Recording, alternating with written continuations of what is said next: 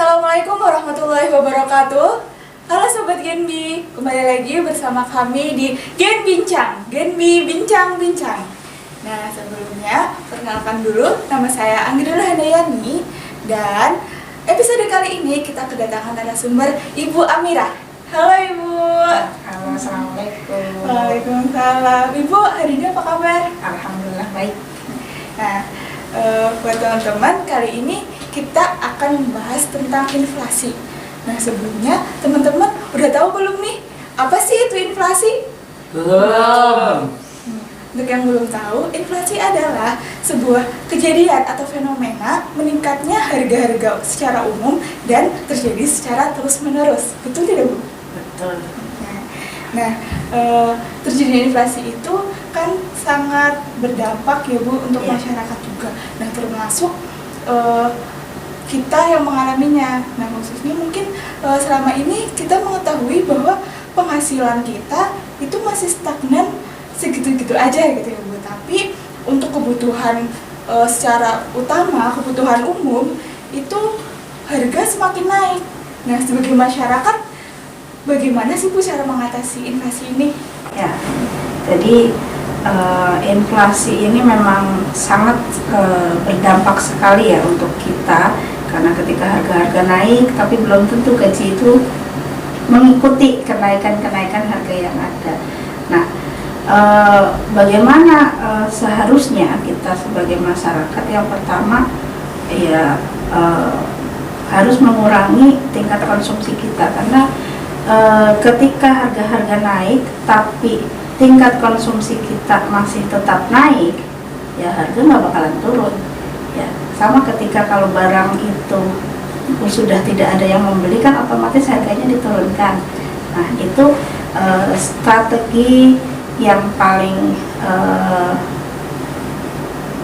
strategi yang utama ya yang harus kita lakukan ketika terjadi inflasi. Jadi untuk menekan angka inflasi yang bisa kita lakukan dari sisi kita, yaitu belum dari strategi dari pemerintah, mengurangi tingkat konsumsi. Kemudian yang kedua yaitu yang paling utama adalah mencintai produk-produk Indonesia. Nah, ini yang paling susah ya, karena kita apa sih yang sekarang yang benar-benar buatan Indonesia kayaknya udah nggak ada ya. Jadi sudah kayaknya tingkat produktivitas Indonesia sudah menurun ya, walaupun mungkin sekarang UMKM sudah mulai kelihatannya semakin meningkat, tapi juga dari sisi harga mungkin kan masih belum bisa bersaing dengan produk-produk luar negeri. Sehingga yang paling bisa kita lakukan yang pertama adalah cinta produk Indonesia untuk menekan tingkat konsumsi kita, sehingga daya beli masyarakat sudah bisa menurun, inflasi juga bisa tertangani, seperti itu. Nah, jadi buat teman-teman kita harus cinta produk dalam negeri.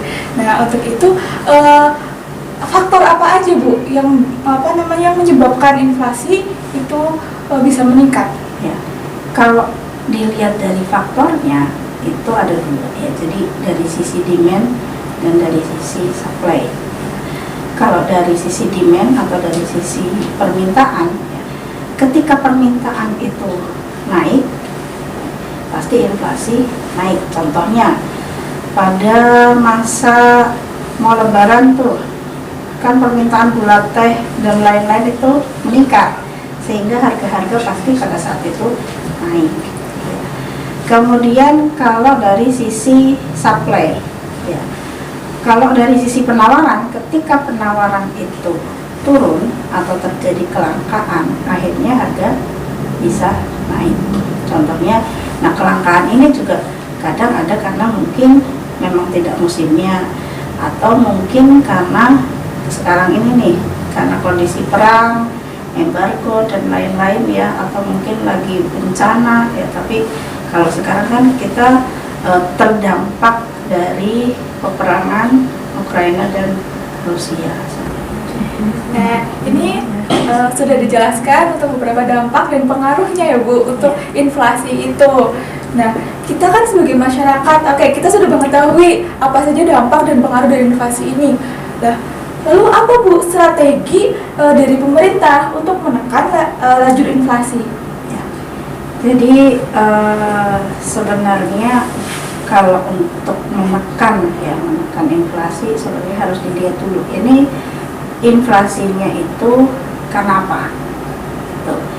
Kalau misalnya dari ada penurunan dari sisi penawaran, ya, contohnya kayak misalnya kelangkaan, ya, itu bisa pemerintah mengambil kebijakan untuk mengimpor, ya.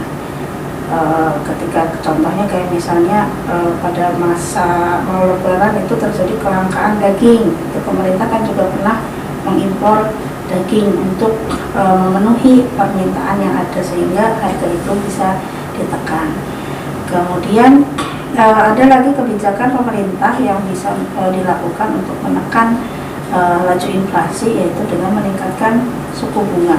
Ini yang banyak dilakukan oleh hampir seluruh negara ya sekarang, dari Amerika, Inggris semuanya, kecuali Turki. Ini Turki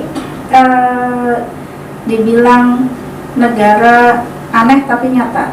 Di saat inflasinya sangat-sangat tinggi, justru malah menurunkan tingkat suku bunga. Tapi ini hanya dilakukan oleh Turki, gitu. Jadi kenapa Turki sampai menurunkan suku bunga? Menurut Presiden Turki Erdogan, ya, jadi suku bunga itu musuh bagi inflasi karena dianggap ketika sudah ada inflasi kemudian suku bunganya dinaikin, yang ada itu justru menaikkan harga-harga lagi, tingkat inflasinya bisa semakin tinggi. Tapi itu tidak dilakukan oleh negara-negara yang lain termasuk Indonesia. Kenapa harus dinaikkan suku bunga? Ya, jadi dengan kita menaikkan suku bunga, harapannya adalah investor asing itu berminat untuk investasi ke Indonesia. Dengan banyaknya investor asing ke Indonesia, otomatis kurs rupiah itu bisa naik, ya. Selain itu juga dengan meningkatkan suku bunga, harapannya masyarakat bisa banyak uangnya itu untuk investasi terutama yang berbasis bunga, ya, kayak obligasi, bisa deposito dan lain-lain, sehingga uangnya itu bukan untuk belanja. Makanya tadi ya, kalau belanja terus ya bukannya semakin tertekan inflasinya tapi semakin naik. Nah, ini strategi pemerintah dengan menaikkan suku bunga, harapannya masyarakat banyak yang menabung, banyak yang investasi, sehingga uangnya itu tidak untuk belanja, harganya bisa turun, seperti itu. Dan biasanya kan memang untuk gaya hidup konsumtif ya Bu ya, jadi sekarang mungkin tidak hanya ibu-ibu ya Bu, bahkan kalangan remaja ataupun anak-anak dewasa atau orang-orang dewasa kan sudah kayak yang penting punya dulu kayak gitu, daripada nanti harga malah tambah meningkat. Nah, kalau untuk kita sebagai mahasiswa, terutama saya ya Bu, itu apa sih Bu perannya untuk inflasi itu? Ya seperti yang sudah tadi saya terangkan, ya, harus menurunkan tingkat konsumsi. Nah, bisa nggak ini di sini para Genbi memulai menurunkan gaya hidup, gitu kan, menurunkan tingkat konsumsi. Itu pun seperti yang sudah dilakukan oleh para remaja di China, sudah tidak mau beli Starbucks, sudah tidak mau beli barang-barang yang bermerek karena menghadapi resesi. Ya, sekarang kan sudah mulai, ya, kalau mungkin di luar negeri sudah benar-benar terasa, kalau di Indonesia kan kayaknya masyarakatnya masih santai-santai aja menghadapi inflasi ini. Kalau di luar negeri justru dari anak-anak remajanya sudah mulai meninggalkan kehidupan yang hedon seperti itu, sehingga bisa menekan inflasi. Nah, mungkin nanti bisa nih dimulai dari mahasiswa Genbi, ya. Kalau misalnya mau nongkrong, ya mungkin levelnya diturunkan gitu kan, sehingga ya bisa menurunkan tingkat konsumsi, harga-harga bisa ditekan. Terus jangan lupa cintai produk Indonesia, karena memang kalau inflasi, kemudian ini kan juga kaitannya sama kurs juga ya, dolarnya naik, terus kalau kita masih konsumsi terus, apalagi barang-barang impor, itu kan juga sama aja, maksudnya bukannya menekan tapi malah semakin menaikkan tingkat inflasi itu gitu. Nah, itu untuk faktor-faktor dari penyebab inflasi. Ya. Nah, untuk sekarang kan sudah tahu kita faktor-faktor inflasi ya. Nah, dari faktor tersebut, apa sih Bu dampak-dampak dari inflasi? Dampaknya itu pasti banyak ya. Ketika harga-harga itu naik, biasanya yang paling menjerit itu ibu-ibu ya, para emak-emak. Bagaimana mengatur pendapatan yang ada untuk bisa terus bertahan hidup. Kemudian tapi biasanya gini, ketika harga-harga naik, justru tingkat konsumsi itu meningkat, dalam artian konsumsi barang-barang yang sekunder, bukan yang primer. Karena apa? Barang-barang mewah, orang-orang itu justru pengennya langsung cepat beli. Karena apa? Kalau nunggu-nunggu nanti, bisa jadi harganya keburu naik. Kayak promo-promo yang ada ya, harga hari Senin naik, nah, akhirnya kan buru-buru tuh ya, keburu naik, akhirnya mumpung masih mampu membeli. Jadi sehingga ketika harga-harga pada naik itu bukannya malah pada ngirit, tapi justru tingkat konsumsi terutama barang-barang non primer itu malah semakin meningkat, karena orang berpendapat bahwa mumpung masih uangnya itu masih bisa kebeli, dengan uang yang ada masih bisa kebeli, keburu naik. Kemudian artinya apa? Ketika tingkat konsumsinya masyarakat itu naik, justru keinginan atau tingkat savingnya untuk menabung itu malah menurun gitu ya. Kenapa? Karena ya sama aja kalau misalkan kita nabung misalnya 1 juta ya, belum tentu ya 1 juta sekarang untuk dalam 1 bulan ke depan belum tentu secara nilai itu sama. Kalau secara angka sama, bisa jadi misalnya 1 juta sekarang itu laku bisa kita beli 4 sepatu katakanlah ya, belum tentu nanti 1 bulan kemudian karena ada harga naik bisa dapat 4 sepatu juga.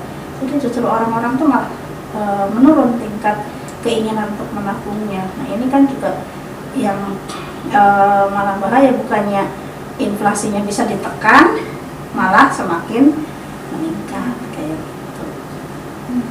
Nah, itu teman-teman untuk pengaruh dari dampak-dampak Ya, dampak dari inflasi itu. Baik Bu. Nah, saya mendengar nih Bu dari melihat informasi, membaca bahkan dan Menteri Keuangan juga mengatakan bahwasannya tahun depan itu kemungkinan akan terjadinya resesi. Nah, boleh dong untuk para sobat Genbi yang di sini maupun yang di luar sana, Ibu bagi tips nih bagaimana cara kita untuk menghadapi resesi tahun depan, Ibu. Ya, jadi yang pertama harus ngirit supaya tabungannya banyak sehingga kita bisa invest untuk persiapan. Nah, investnya kemana? Ya, yang pertama biasanya bisa ke obligasi, ya bisa, atau mungkin sekarang ini kan bisa beli dengan hanya berapa puluh ribu bisa beli emas logam mulia ya, yang kecil-kecil itu, karena emas itu dari dulu sampai sekarang itu yang tidak bisa tergerus oleh inflasi. Jadi emas itu semakin kesini harganya bisa mengikuti itu. Jadi menurunkan gaya hidup ya, karena kita tidak tahu krisis itu nanti seperti apa. Mungkin kalau para sobat Genbi di sini kan belum pernah mengalami yang namanya krisis ya. Kalau saya dulu waktu kecil pernah mengalami krisis tahun 98 pernah, tahun 2008 juga pernah.